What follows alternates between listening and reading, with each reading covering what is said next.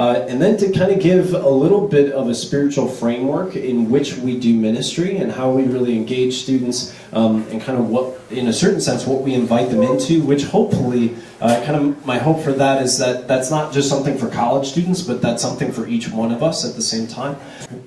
A big way that we articulate this is through something we call companionship. This is kind of a word that we use a lot in campus ministry. That really the focus of what we're trying to do is to become close companions with Jesus, joyfully inviting others to walk with us. To become close companions with Jesus, joyfully inviting others to walk with us, right? So if you've ever been on a hike before, imagine you're going on a hike. Imagine you're hiking with Jesus, right? That you're right next to him, that you're speaking to him, that you're coming to know him, that he's coming to know you, and you see somebody while you're hiking, right? And inviting that person to just know Jesus just as much as you do, right?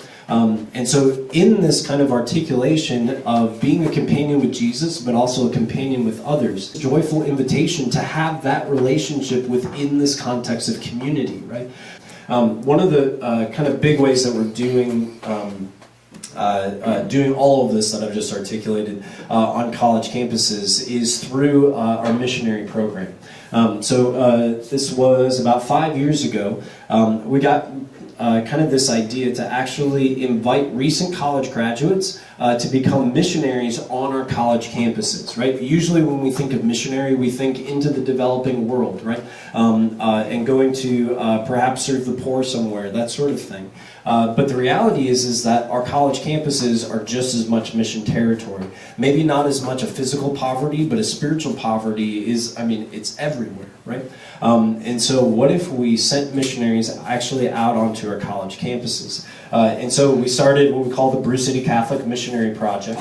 To date, we've had a little over 20 missionaries over the last 4 years that have served on our college campuses, right? And so the big question is, what do they do, right? If they're not serving the poor, those sorts of pieces, what do they practically do on campus? First off is that they fit seamlessly in with our campus ministries that we have. And then specifically kind of what their day-to-day looks like is certainly outreach on campus. And so they're going up to different students that are on campus and just striking up conversations, right?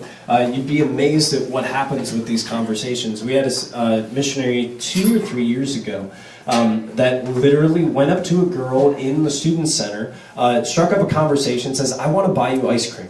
And she was like, "Okay, I will say yes to that," right? And so she went, bought her ice cream. They sat down, had a conversation. She came to the Newman Center later that week, and then eventually went into RCIA and ended up becoming Catholic, right? A little kind of invitation, something so simple like that, is just a great way that we get kind of the word out about the campus ministry specifically, and then invite students, again, that joyful invitation. This isn't like knocking people over the head with a Bible or shouting from, a soapbox, something like that. But it's just this gentle invitation to, hey, come check out the Newman Center. Hey, what are you into, right? And what is your major? What are the things that you're passionate about? Those sorts of things to really strike up conversations. So outreach on campus is a big part. The second one is small group Bible studies, and this is really run through our campus ministry. But there's something amazing about Scripture. You know, oftentimes the typical joke is that Catholics don't know Scripture very well, and it's probably true, right? To some degree. But there's a great gift in Scripture in the way that it speaks, right? It speaks so powerfully. That we can read a passage from the life of Christ in the Gospels, and because of the way that he interacts or the words that he says, that can speak to the heart of our young people. And so our missionaries are trained to invite usually from about 6 to 10 other students. Oftentimes that happens in dorms and things like that. And they go through Scripture, right? What do you see Jesus doing? Sometimes the upcoming Sunday Gospel, right? What do you see Jesus doing? What do you see him saying? How might that apply to your life? What, and try to, in a certain sense, like make it relevant, right? And so outreach on campus, small group Bible studies. The last thing that a lot of our missionaries do, and kind of the bread and butter in a certain sense of what we do, is what we call one-on-one discipleship. It's really a mentorship, right? In any trade, and I would imagine anybody who's in the workforce knows this or was in the workforce, any trade, anything that you do, there's a sense of apprenticeship, right? There's a sense of, I've got a few years under my belt and I'm going to teach you the ways to do whatever task or whatever trade that you're doing, right? But oftentimes we don't have that in the church. We have to have this deeper sense of mentorship that's kind of pulsing through I think our parishes, certainly our campus ministries, and we do this with our students. So our missionaries who are a year or two out of school will invite somebody, hey, can we just like grab a cup of coffee, right? Sit down, and they might have a question about the faith, right? Let's talk about that. Where are you in your faith? What are the questions that you have?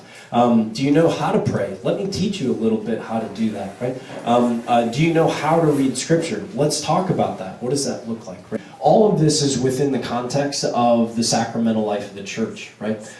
We know that people need the sacraments, the Eucharist, confession. And so in the midst of all of this and all these different activities, and obviously there's socials and things like that, inviting students ultimately into the very heart of the church through the sacramental life as well.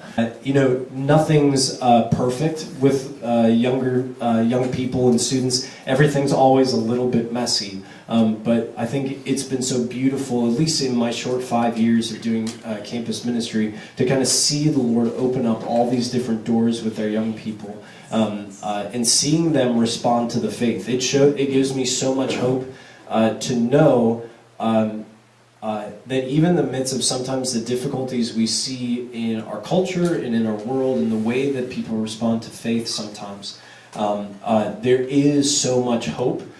Because the gospel is still powerful. Jesus can speak to us in a certain way when we're 18 or 19 or 20, in the same way he can speak to us when we're 65, 67, 75, right? In all these different kind of places of our life, we are the ones that are changing. So I think most of all, just know that the gospel still has vitality and has a dynamic and works at the end of the day.